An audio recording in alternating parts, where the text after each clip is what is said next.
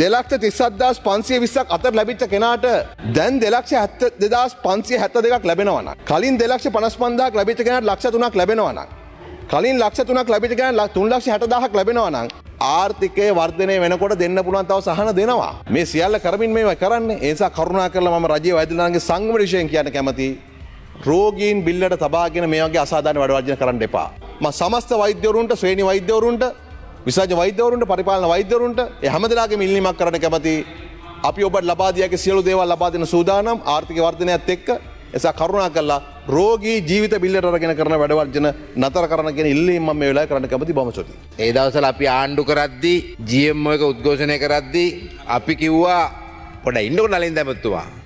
අපි කිව්වා මේ රෝගීන් නැපේට තියලා මේ දේ කරන්න එපා කියලා දොස්තර මහත්තුරුන්ට.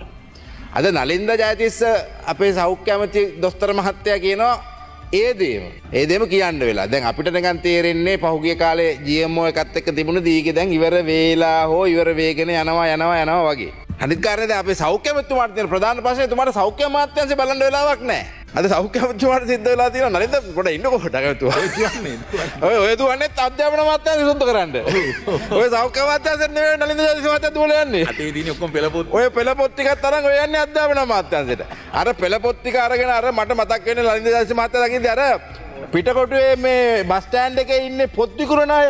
අර බස් ස්ටෑන්ඩ් එකේ ඉන්නේ පිටකොටුවේ පොත් විකුණන අය.